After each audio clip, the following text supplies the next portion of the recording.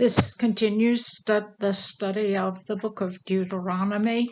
Deuteronomy means these words.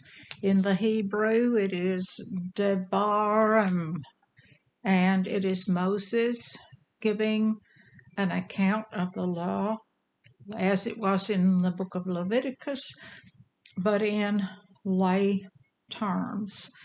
The book underscores that we are nothing without God, and we won't go very far without God.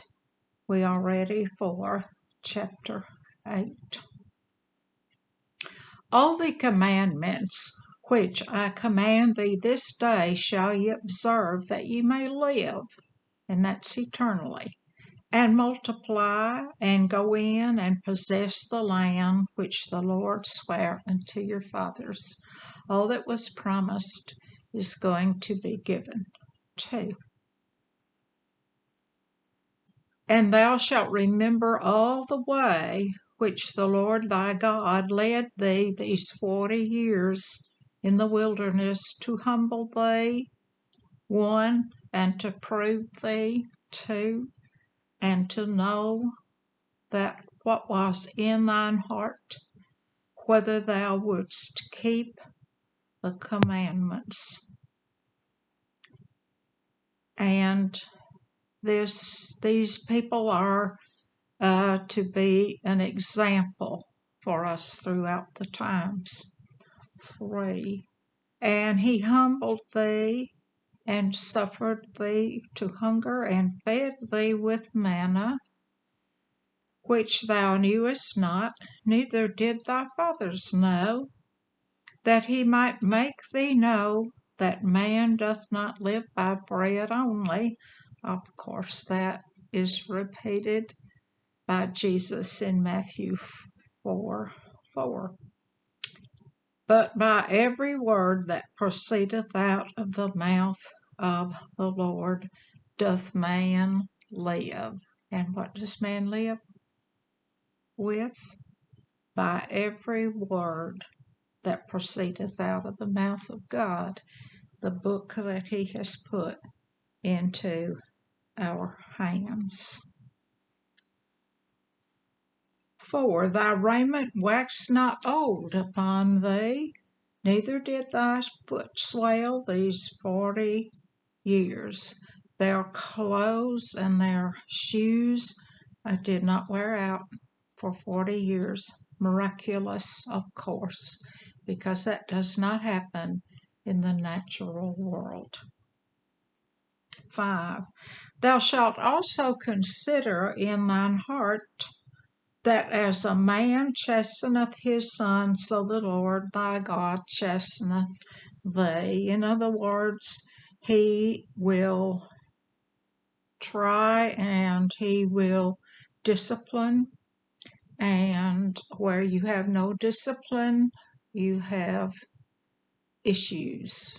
Parents who fail to discipline and teach children turn out children who go down the wrong path.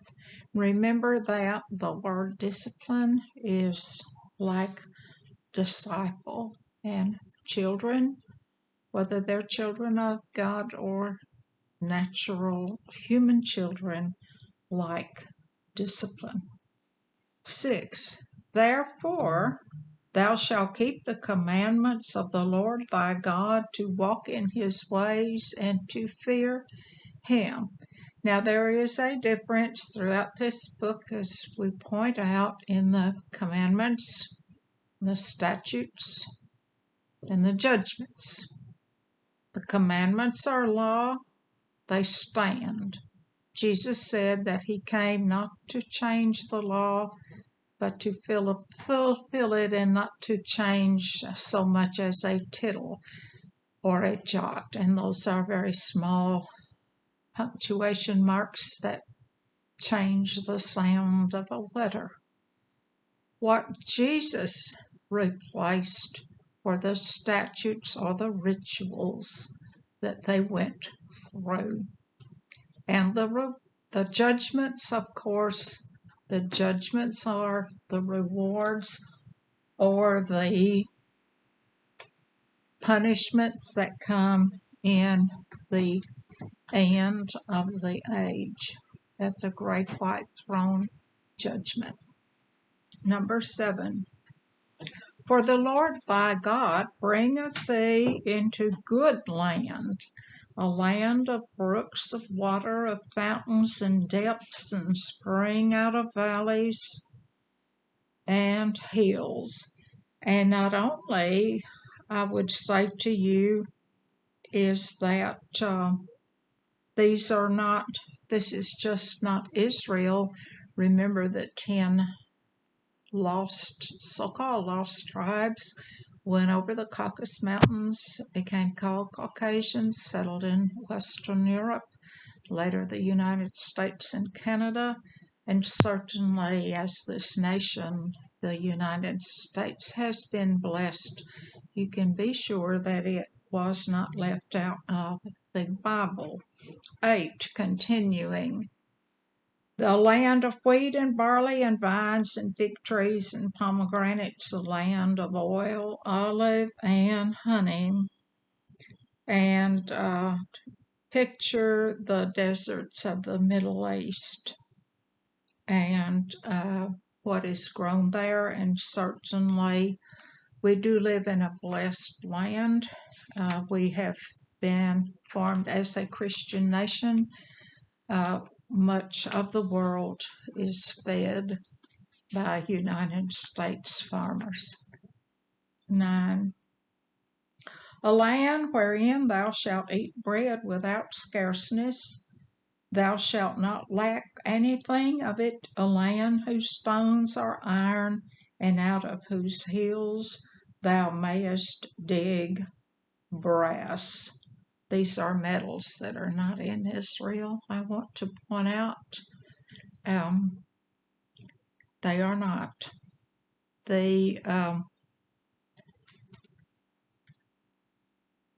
Remember that Joseph of Arimathea, who claimed Jesus' body, history tells us, and particularly in Glastonbury, England, on the southern coast, that this man came there to trade in tin, and he had a young lad with him. A church exists there with a stained glass window, with a boat, with the man and the lad in the bow. Remember that the curse on Esau, that he was made to be above the fertile zones. Esau's land, Edom, Rus in the Hebrew, and Russia today. No. 10. When thou hast eaten and art full, then thou shalt bless the Lord thy God for the good land which he hath given thee. This is another condition. Bless the Lord, and he will bless us. And we were asked to keep the commandments and to fear, which should be translated revere him. 11. Beware that thou forget not the Lord thy God in not keeping his commandments and his judgments and his statutes, which I commanded you this day.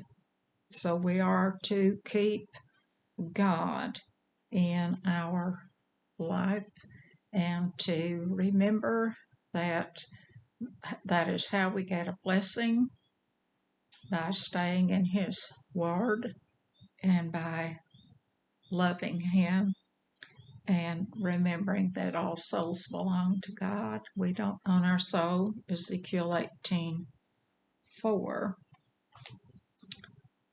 Verse 12. Lest when thou hast eaten and art full, and hast built goodly houses and dwelt therein. 13.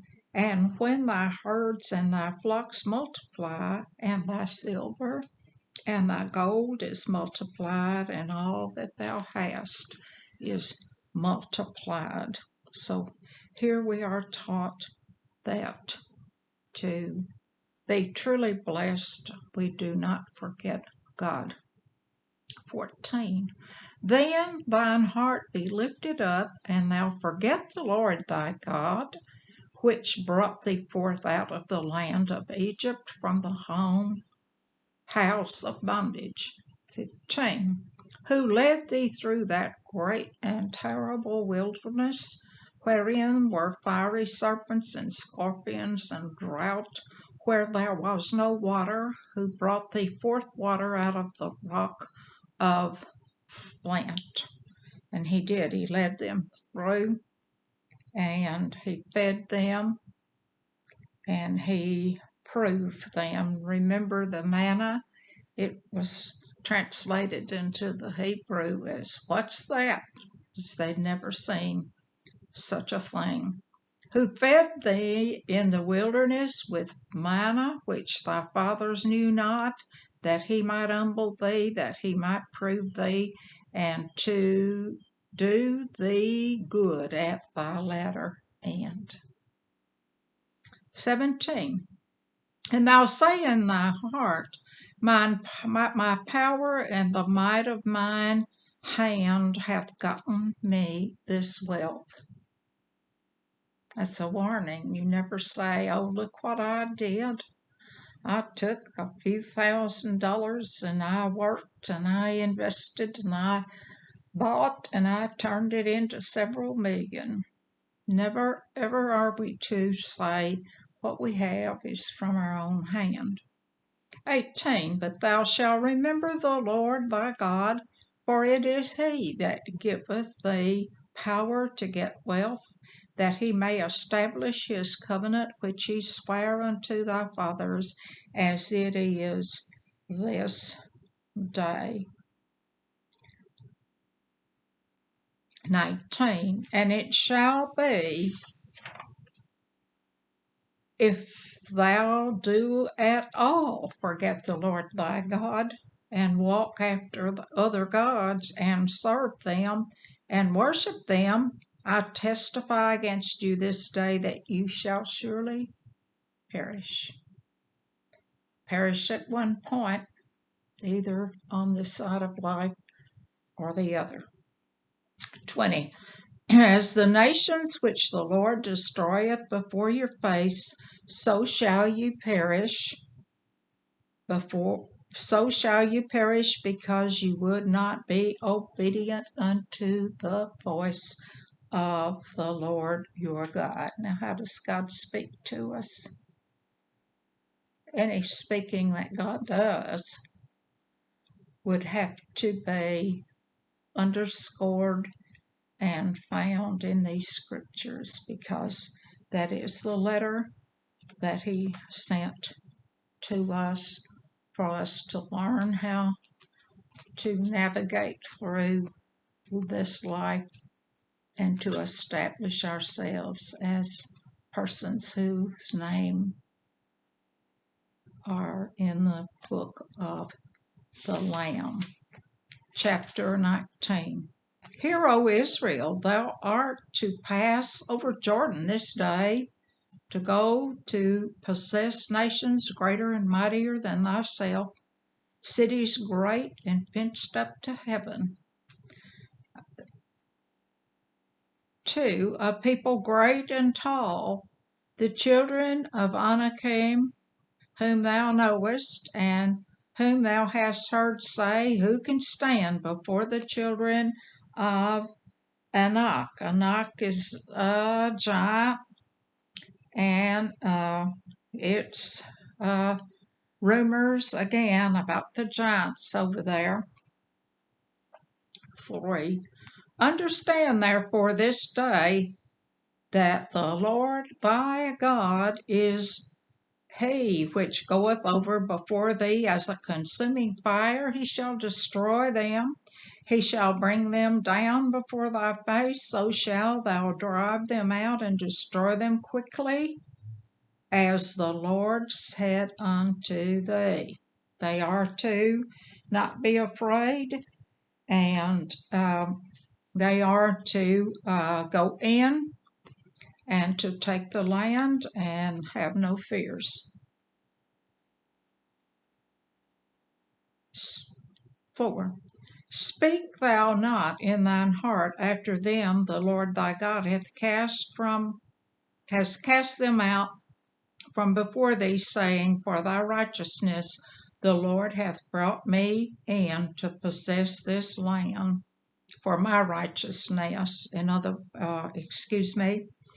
but for the wickedness of those nations the Lord does drive them out. So he's saying here, don't start taking credit and saying, oh, I'm just so good that we were able to conquer and go in and take.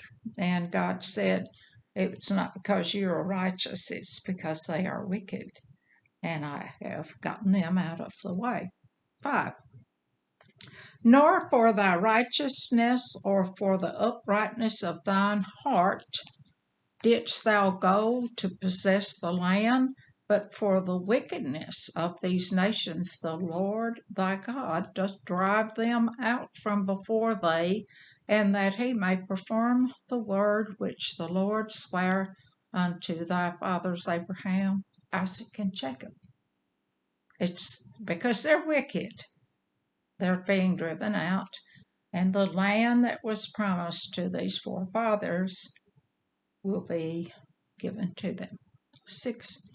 Understand therefore that the Lord thy God giveth thee not this good land to possess it for thy righteousness, for thou art a stiff-necked people.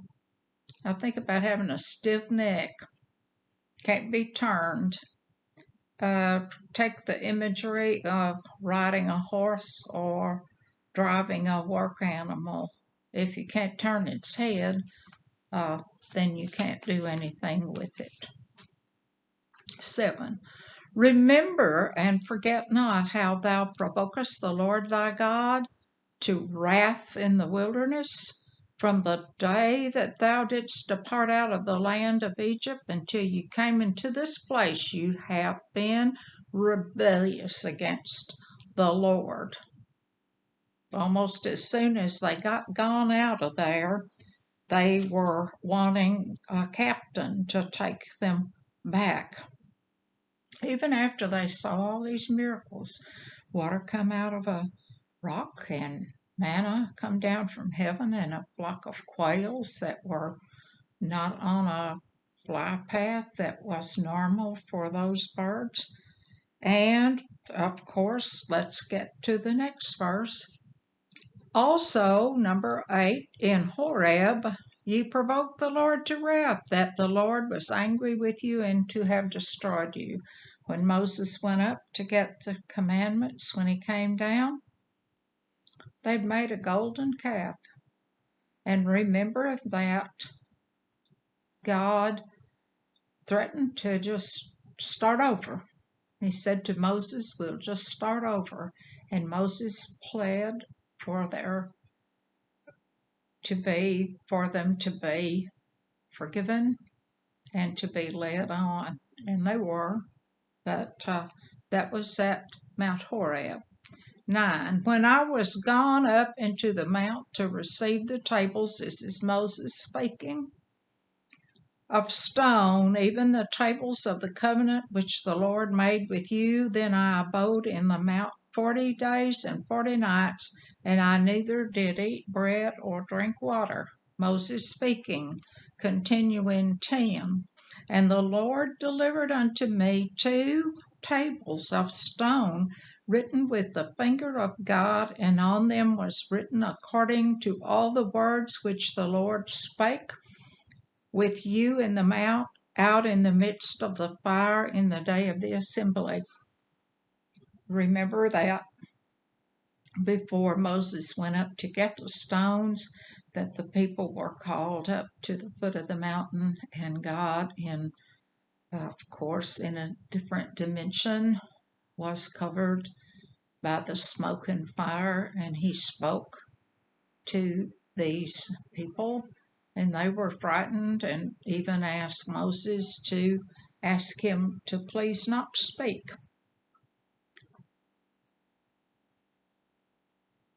12. And the Lord said unto me, Arise, get thee down quickly from thence, for thy people which thou hast brought forth out of Egypt have corrupted themselves. They are quickly turned aside out of the way which I commanded them, and they have made a molten image. Golden calf. Now, golden calf could be many things. It could be a philosophy. It could be the school of thought, an image, something that isn't God. 13. Furthermore, the Lord spake unto me, saying, I have seen this people, and behold, it is a stiff-necked people, very difficult. 14. Let me alone, that I may destroy them and blot out their name from under heaven, and I will make thee a nation mightier and greater than they. And that was God speaking, his threat to start over. 15. Moses speaking. So I turned and came down from the mount, and the mount burned with fire, and the 2 tables of the covenant were in my 2 hands.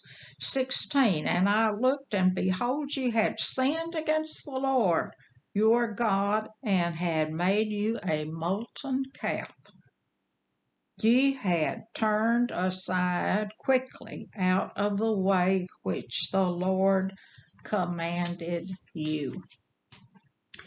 And I took the 2 tablets and cast them out at my 2 hands and break them before your eyes. He is heartbroken, really. 18. And I fell down before the Lord as the first, 40 days and 40 nights. Back again. He fasted 40 days and 40 nights.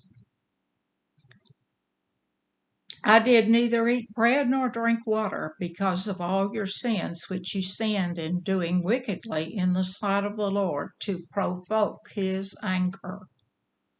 19. For I was afraid of the anger and hot displeasure wherewith the Lord was wroth against you to destroy you, but the Lord hearkened unto me at that last time also. So Moses got a view of the wrath of God, which of course will come down as a consuming fire to blot out all evil and wickedness, as we learn in Revelation.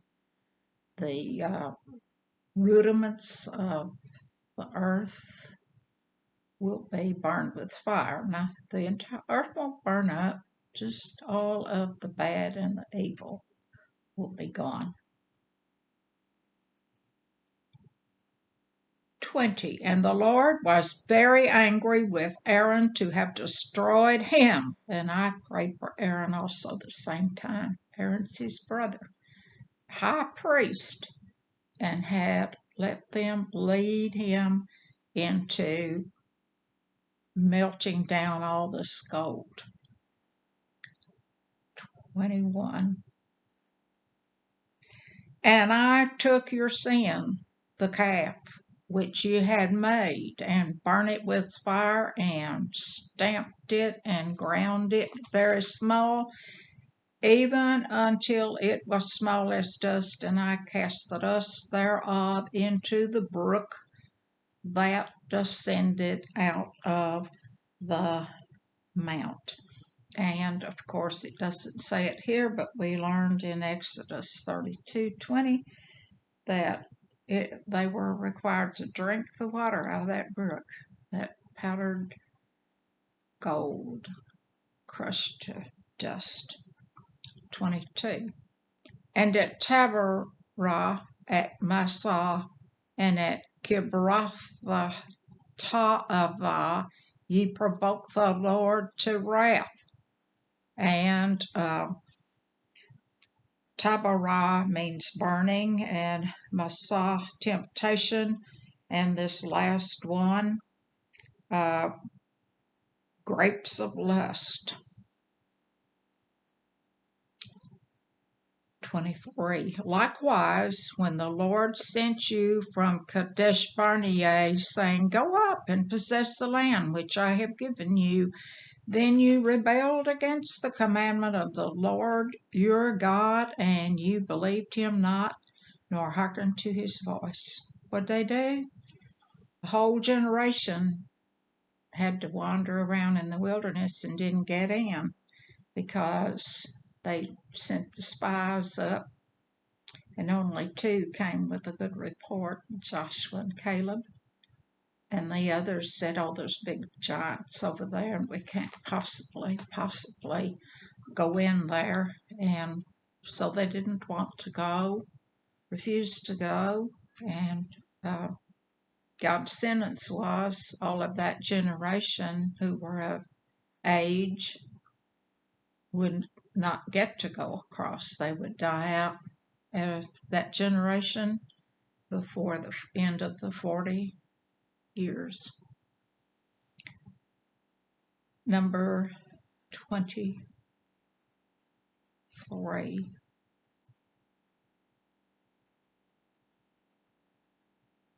We read 23, 24. Ye have been rebellious against the Lord from the day I knew you. Moses speaking. 25. Thus I fell down before the Lord 40 days and 40 nights, as I fell down at the first, because the Lord has said he would destroy you. Again, repeating the second time that Moses went into the probationary 40-day period of fasting and praying for these people. 26. I prayed therefore unto the Lord and said, O Lord God Almighty, destroy not thy people and thine inheritance which thou hast redeemed through the greatness which thou hast brought forth out of Egypt with a mighty hand. 28. Lest the land whence thou broughtest us out say, because the Lord was not able to bring them unto the land which he promised them, and because he hated them, he hath brought them out to slay them in the wilderness. So Moses has said to God, well, now, if you destroy these people, the people over there in Egypt will just say that you didn't care for them, and you just allowed them to go out into this wilderness to die. 28. Lest the land which thou broughtest us, and this was Egypt, the land that they were brought out of in verse 28 and 29, yet they are thy people, and thine inheritance which thou broughtest out by thy mighty power and by thy stretched out arm. This chapter would give us a good lesson to the fact that it's not a very good idea to disappoint God. And how did they disappoint God? They did not follow what they were told. So in our lives, if we wish to do and be as God would have us, then we would keep ourselves in his word, and we would get directions and signs and guidance and rules to live out our lives in a successful manner, and to end up with our name in the book of the Lamb when it's opened at the end of the millennium. This video has been an outreach of the United Methodist Church in Essex, Missouri.